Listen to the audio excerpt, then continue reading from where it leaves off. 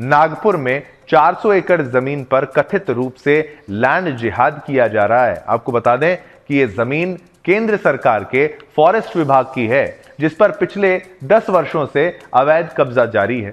10 वर्षों से, सोचिए, वो भी 400 एकड़ जमीन पर। खबर मैंने आपको स्टार्टिंग में बता दी ताकि अब आपको मामले को आसानी से समझा सकूं। क्या है पूरा मामला? नागपुर के हिंगणा इसासनी इलाके में कबाड़ियों द्वारा बस्ती बनाई गई है, जहां धड़ल्ले से शराब, गांजा और चरस की बिक्री हो रही है। चौंकाने वाली बात यह है कि इस बस्ती में हिंदू विवाहित महिलाओं के साथ लव जिहाद के मामले की सूचना भी मिली है। इन बस्ती वालों के पास पश्चिम बंगाल से लाई गई पजेरो जैसी महंगी गाड़ियां भी मौजूद हैं। सोचिए, ये कबाड़ी खुद को बताते हैं झुग्गियों में रहते हैं, लेकिन पजेरो जैसी महंगी गाड़ियां वहां पर रखते हैं, जो कई बड़े सवाल खड़ी करते हैं कि भाई क्या ये सब कुछ छलावा है, क्या सब कुछ दिखावा है, क्या जमीन पर कब्जा करने का एक तरीका है। अब नागपुर प्रशासन के लिए बड़ी चुनौती है। वो बड़ी चुनौती कैसे है वो हम आपको बता दें। नागपुर में बड़े पैमाने पर यह लैंड जिहाद हो रहा है, जो लैंड जिहाद सुरक्षा और प्रशासन के लिए गंभीर चिंता का विषय जो है वो बन गया है। बता दें कि पड़ोसी बांग्लादेश में अस्थिरता के बाद से वहां के नागरिक भारत में घुसपैठ कर रहे हैं। अस्थिरता जब नहीं थी तब भी वो आ रहे थे, अब और ज्यादा आ रहे हैं। इसे देखते हुए महाराष्ट्र में आतंकवाद निरोधक दस्ता यानी एटीएस सक्रिय हो गया है। नागपुर सहित पूरे राज्य भर में एटीएस ऐसे घुसपैठियों की तलाश में है।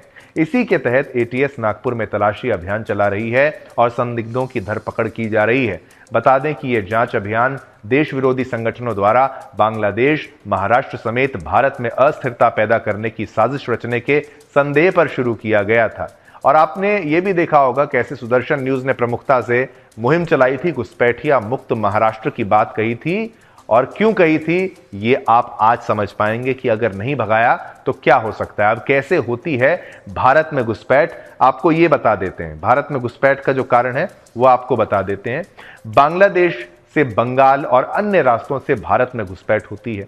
यहां से ये घुसपैठिए भारत के अलग अलग राज्यों में चले जाते हैं, वे वहां मजदूरी करते हैं। एटीएस ने यह भी जांच में जुटी है, जांच कर रही है कि क्या ये वाकई वहां के नागरिक हैं। देखिए, जैसा ही पता चलेगा कि उनके पास मौजूद आधार कार्ड और पहचान पत्र फर्जी हैं, एटीएस गिरफ्तारी का अभियान चलाएगी। अब इनको बख्शा नहीं जाएगा। अब नागपुर पुलिस भी अलर्ट मोड पर है। वो कैसे, वो आपको बता देते हैं।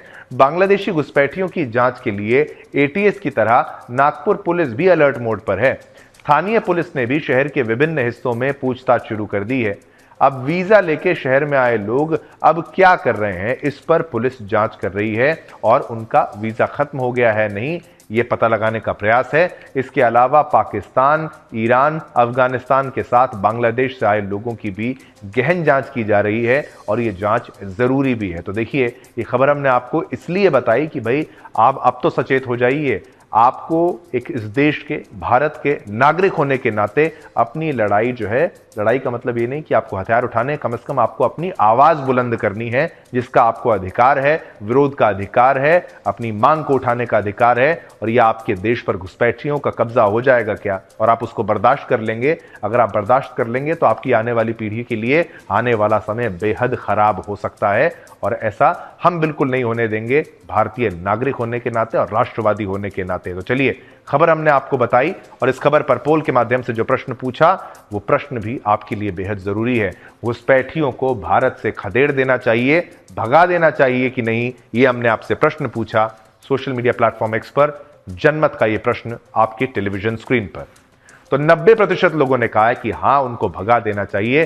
10% ऐसे कौन से जो लोग हैं, मुझे तो लगता है ये घुसपैठिए ही हैं जो वोट कर रहे हैं और कह रहे हैं कि नहीं भगाना चाहिए।